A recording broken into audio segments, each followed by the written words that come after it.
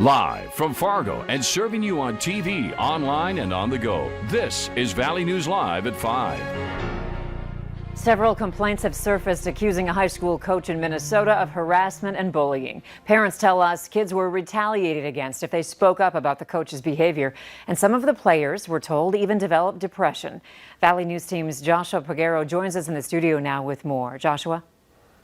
Andrew, we received 23 pages in open records requests of complaints regarding Grafton hockey coach Scott Robideau. He's accused of running a toxic locker room. One documented instance says Coach Robideau called a player a wussy for getting hurt. He also reportedly would transfer varsity players to JV if they spoke up or were hurt. One time, a player recorded the coach using a slur to describe his players after losing a game. After the recording leaked, the coach told players to not go to their mommies and daddies about what happened.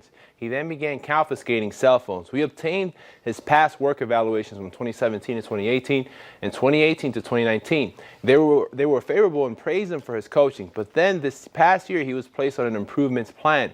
Parents detailed that their kids took mental and verbal beatings daily. Some players even developed symptoms of depression and distress, which impacted their home lives. Several parents we talked to declined speaking on the record, but they all say the verbal beating by Coach Robideau created mental anguish for their kids. All right, thank you, Joshua. We reached out to the Grafton Schools superintendent for comment on this story, but have not heard back yet. The coach's improvement plan states that if he doesn't grow in some areas, like creating a positive environment, he could be reprimanded, although it doesn't state what that would entail. New for you at 5, the Otter Tail County Sheriff's Office says a 3-year-old girl has died after being pulled from Eagle Lake unconscious.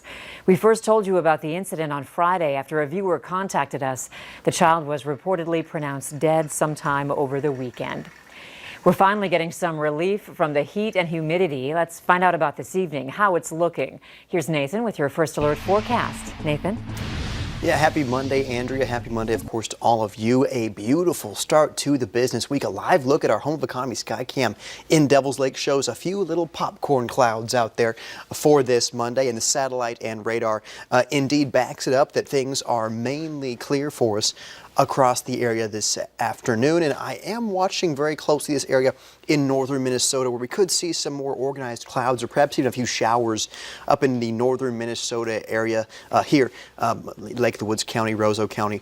But for now, things are dry, and I do expect for most of us, we'll stay quiet for the rest of this Monday. Look at the temperature, 73 in Baudette, 82 in Fargo.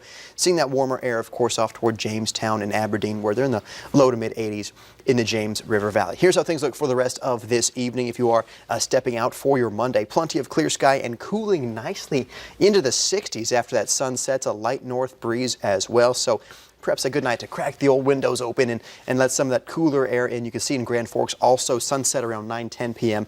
and clear skies around. Now, Andrea, of course, will get people set up for what they can expect for the rest of the week and explain how long this quiet weather sticks around coming up in a couple minutes. All right, thanks, Nathan. Authorities want the Barnes County community to know about an inmate who's been missing since Friday. Officials say that Del Eagle was released a little after 10 a.m. for work on Friday. He was set to check back in at 10 p.m. that night, but has not yet returned. At this time, they have not found Eagle. He was convicted of sexual assault in 2007. If you have any information, please call the Barnes County Sheriff's Office. One person is recovering after a pedestrian crash in Jamestown. It happened around 11 this morning when police responded to an accident involving a car and a pedestrian. Preliminary information indicates the vehicle was traveling at a low rate of speed when it hit the pedestrian. Authorities say that person was not in the crosswalk and was taken to the Jamestown Hospital to be evaluated. A young boy is now in a Fargo hospital after a lawnmower accident.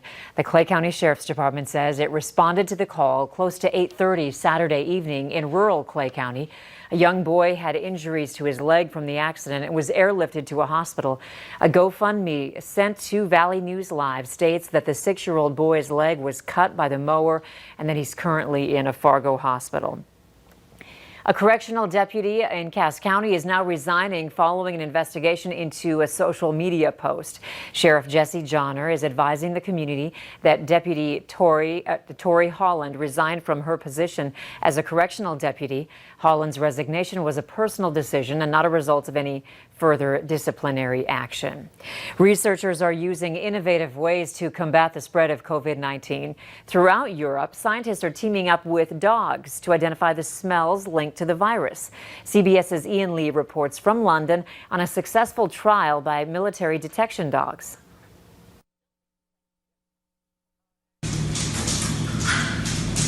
Dogs have previously been trained to detect cancer, Parkinson's disease, and malaria. Now they're lending a paw in the battle against COVID-19. We have evidence that dogs can detect bacteria and other diseases. So we believe that taking this project forward will make a huge difference to the ability to control COVID-19 spread. In Germany, members of the armed forces trained dogs to sniff the saliva of both healthy and sick people and identify those infected with the illness.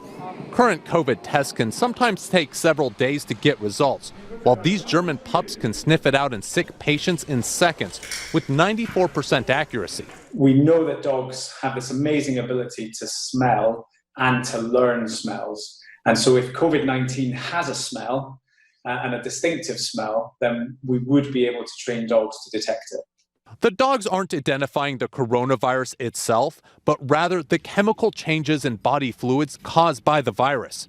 Trainers say it takes roughly 6 weeks before canines are ready to hound COVID-19, while experts predict a small team of dogs could screen 4,500 people a day. Ian Lee, CBS News, London. Detection dogs in France and the United Kingdom are also going through similar training to test for COVID-19.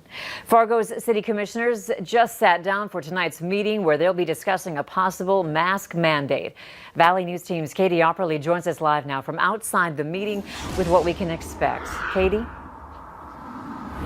Andrea, commissioners will be discussing two different options when it comes to a mask mandate in Fargo. The first being all-encompassing and the second being a targeted mandate. When it comes to an all-encompassing, that would require a mask in places like schools, businesses, offices, and restaurants citywide.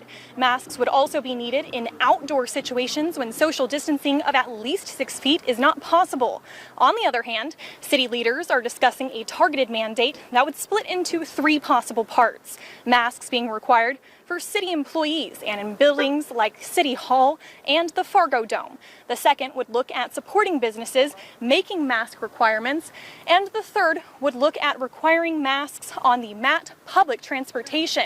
I'm going to get back into that meeting and hear what commissioners have to say. But speaking to them prior to this meeting, they told me that this is an extremely important thing to be discussing because these are lives at risk. For now, reporting live in Fargo, Katie Opperly, Valley News Live. All right, thanks, Katie. Stay with us for more live coverage of that Fargo City Commission meeting on Valley News Live at 5:30 and 6. The families of kids who attend a Fargo Montessori are being alerted to a staff member who has tested positive for COVID-19. The notice states that a staff member at Dakota Montessori contracted the coronavirus, and out of an abundance of caution, the school would be closed today for a deep cleaning. Families were notified on Sunday if their children came in contact with the person who tested positive. The school says there are a limited number of children and staff in their building during their current summer program. State health officials are confirming 112 new cases of COVID-19 across North Dakota. There are now 1,058 active COVID cases in the state, a new record high.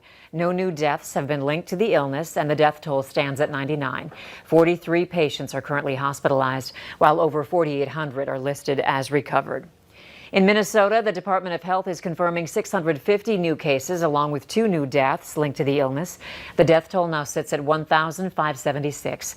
There are 5,029 active cases. Over 45,000 patients are listed as recovered. The Fargo Marathon is reportedly being canceled. Back in June, a post on the Fargo Marathon page said that the races would be moving forward, but with August dates, the 24th through the 29th. And now Fargo Marathon website says it's been rescheduled for May 22nd of 2021. The group is offering 3 refund options: deferring to next year, a full refund, or taking part in the event virtually. Still ahead tonight, with a little over 3 months to the election, which presidential candidate is showing higher numbers and the concerns surrounding Election Day. And if you do plan on stepping out tomorrow to grill or golf or what have you, here's how things are looking. Of course, plenty of sunshine for us tomorrow, but look at those temperatures nicely moving into those 80s for tomorrow. We'll break things down hour by hour for you next.